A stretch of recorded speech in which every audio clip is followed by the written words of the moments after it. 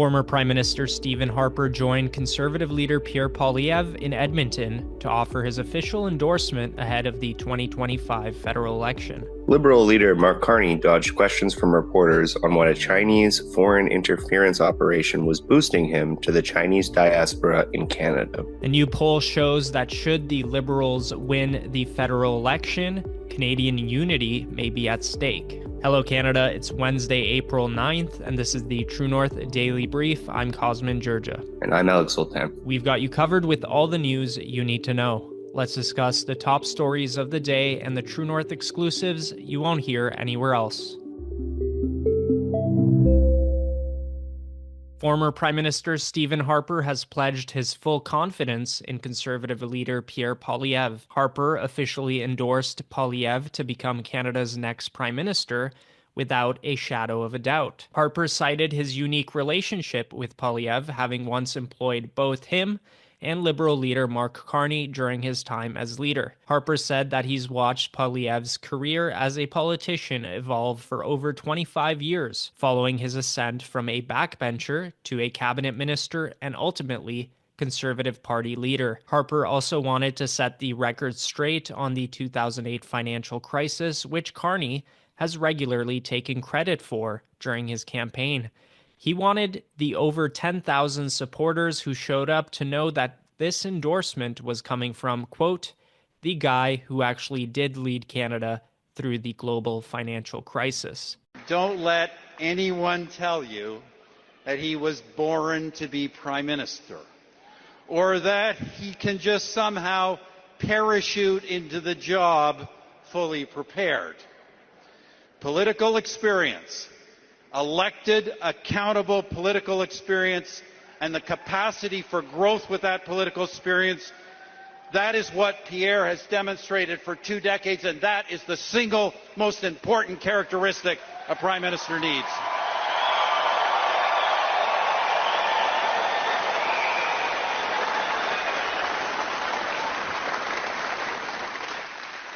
And by the way, I say that as the guy who actually did lead Canada through the global financial crisis.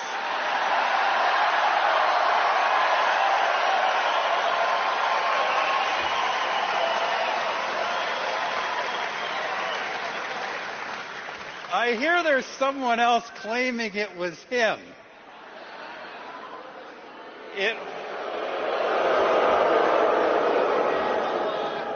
It was, of course, our government, the late, great Jim Flaherty, and our Conservative team who were responsible for the day-to-day macroeconomic management during that challenging time. Monday's rally marked the 11th campaign stop for Poilievre and his largest attendance to date, with over 10,000 people registered for the event. Harper acknowledged the economic challenges posed by the Trump administration and its tariffs, but said they were not the root cause of Canada's current struggles. Instead, he placed the blame on a decade of Liberal policies.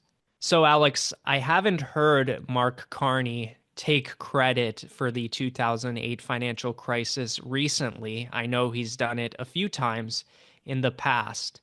But if you could refresh the memories of our listeners, how exactly did Carney take credit, and what was his actual role in that crisis? Absolutely, Cosmin. This is a really interesting and often misunderstood point about central bankers generally, and of course it applies to Mark Carney as well. Jim Flaherty was the finance minister under Stephen Harper, and the perception is that central bankers like Mark Carney hold the levers of the economy, but in practice their influence is often very limited and more reactive than proactive. Carney, like other central bankers, was often portrayed as a kind of technocrat savior during the crises, especially after 2008. But in reality, central bankers operate within a very strict institutional, political, and market constraint. Monetary policy can't fix structural issues like productivity, stagnation, inequality, or supply chain disruptions. So those are really the mandate of elected officials, such as Stephen Harper in 2008 as the Prime Minister, Jim Flaherty as the Finance Minister. Much of his decisive action, which would be cutting rates or providing liquidity, was in response to global events, but he didn't shape the recovery as much as he responded to forces that were already in motion. Central bankers have a very narrow set of tools, such as interest rates, quantitative easing, and moral suasion, but expectations around them are still massive. During Carney's time, he faced the zero lower bound of interest rates, which meant there wasn't much room to maneuver anyway. The real economic drivers, which is government spending, taxation, and regulation, lies within the hands of elected officials. Liberal leader Mark Carney said he has absolutely no idea why a Chinese state media outlet was actively involved in a coordinated election interference campaign to promote him on WeChat to the Chinese diaspora in Canada. Notably, when confronted by reporters on the issue, Carney did not condemn China's continued election interference. During a press conference on Tuesday, Carney was asked to respond to the security and intelligence threat to elections task force findings, which revealed that a Chinese government-backed WeChat news platform was attempting to, quote, influence views on Carney. The report found that the People's Republic of China attempted to paint Carney as a, quote, rock star and highlighted his pro-China views. When asked why he thinks the PRC is interfering in Canada to get him elected, he said he, quote, has absolutely no idea and that he will just leave it at that. This comes just a week after Carney defended his former Markham Unionville candidate Paul Cheng for suggesting an audience member kidnap a Conservative candidate and hand him over to Chinese authorities for a hefty bounty. Carney decided to keep Cheng on, but the incumbent Liberal MP eventually dropped out of the race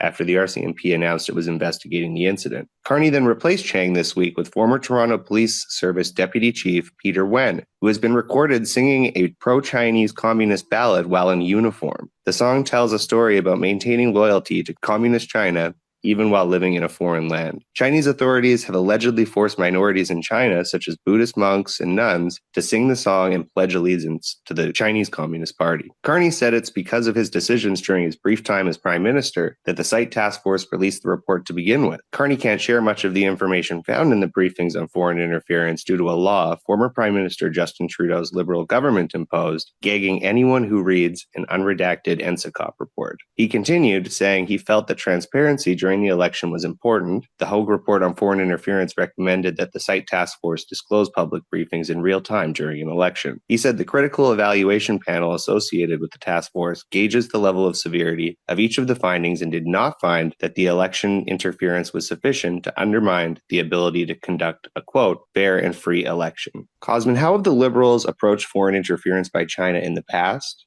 And has Carney indicated that he will do anything different? Yeah, to answer your question, we need to rewind back a few years. Since before the 2019 election, we could actually go back well over, I think, 2 decades here. But before the 2019 election, CSIS had been sounding alarms to the Liberals, to Prime Minister Justin Trudeau himself. He was getting briefings on these matters about Chinese interference in Canadian elections for years. Now, we know specifically that both the 2019 and 2021 elections were meddled with, whether it is attempts like this to influence the Chinese diaspora, specific nomination elections, and different portrayals of opposing candidates who might have views that harm China's interests in the global scale. Yet, despite these warnings, the Trudeau government downplayed or ignored them entirely until the problem was impossible to ignore. And it took mounting media reports and intelligence leaks for the Liberal government to even acknowledge that this was happening. And if we recall back before the Hogue Commission, initially, it was David Johnston who was supposed to investigate this issue, but that was an entirely different disaster. But it took them months to even want to launch a public inquiry into this. They were ignoring the issue. It was the opposition that forced the Trudeau government at that time to get to the bottom of this. And to this day, we actually haven't gotten to the bottom of it. If you've read the Hogue report, it doesn't answer very many questions. The NSICOP report still remains redacted. We don't know the names of individuals in Parliament, elected officials, both in the House of Commons, Senate, and elsewhere, who are implicated in foreign interference schemes. So throughout this time, there's been a lack of transparency. They haven't taken action. Mark Carney here is saying that he recommended these steps, but actually they've been recommended before in the Hogue report, and intelligence officials have been pushing the government to immediately announce when there's a foreign interference attempt during an ongoing election.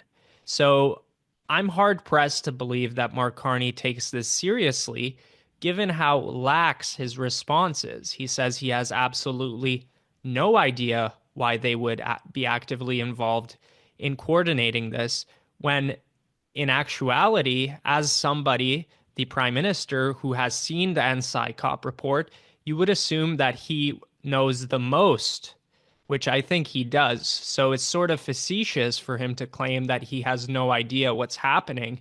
And additionally, also brush off the concerns as, not even a worry when Canadians are looking at this and him being a primary supporting target, because if you look at what the briefing said the other day, these articles that they're promoting about him are essentially praise and glowing reviews, pushing Carney as somebody who can stand up to Trump. And we know Trump hasn't been good for China. A new poll suggests that Canadian unity may be at stake in this federal election, as Western provinces feel less and less respected by the nation. Almost a third of residents in Alberta, Saskatchewan, and Quebec would vote for their provinces to become independent if the Liberals win in the upcoming election, according to a recent survey. If the Liberals don't win the next election, almost 1 in 3 Quebecers still want to separate. A quarter of Albertans and 2 in 10 Saskatchewanians say the same. A Sunday poll from the Angus Reid Institute highlighted that the eastern provinces are far less willing to separate. Between December 2024 and March 2025, those in Alberta and Saskatchewan who felt respected by the rest of the country declined, with a notable 14-point drop in Saskatchewan. The level of respect Albertans feel from the rest of the country is the lowest it's been since the first poll was conducted in September 2016. Those in Saskatchewan reported the lowest level of fair treatment by the federal government. Conversely, Ontario residents feel the most fairly treated. Despite numerous Canadians desiring separation, the poll highlighted that the separatist movement was larger in 2019, when 6 in 10 Albertans and 53% of Saskatchewanians were open to the concept of a Western Canadian separatist movement. Residents of Saskatchewan were most likely to feel that the only way to be heard was to threaten separation, followed closely by those in Alberta. Alberta Premier Danielle Smith recently made a list of demands to Liberal Party of Canada leader Mark Carney to avoid, quote, an unprecedented unity crisis. Some of the demands have already been disregarded, like Carney supporting Bill C-69. Alex, there's been some growing concern from Western leaders that if the Liberals win another term, bringing another 4 years of Liberal governance federally to this country, there will be a unity crisis. Have other Western premiers commented about an incoming unity crisis should the Liberals win another term in office? Yeah, so we're seeing a lot of Western separatist sentiment gaining traction in Alberta and Saskatchewan, less so in British Columbia.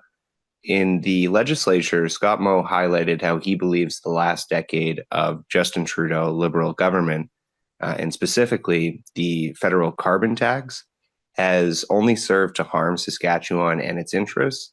I think that that's a sentiment that is shared very strongly by Danielle Smith in Alberta. It's very difficult to know if the unity crisis will continue under Mark Carney because he has such a limited amount of time as Liberal leader and as the Prime Minister of Canada. And he also appears to be sort of running against the last 10 years of Trudeau policies, even though he was a key advisor to the Trudeau government for the last several years. So it'll be very interesting to see if the unity crisis worsens should Mark Carney win the election. I also find it interesting that there are less concerns amongst the Western premiers about a Poilievre government. That's it for today, folks. Thanks for tuning in. You can stay on top of new episodes every weekday by subscribing to the Daily Brief on iTunes and Spotify. Also, while you're at it, make sure to hit us with a 5-star rating and please leave a review.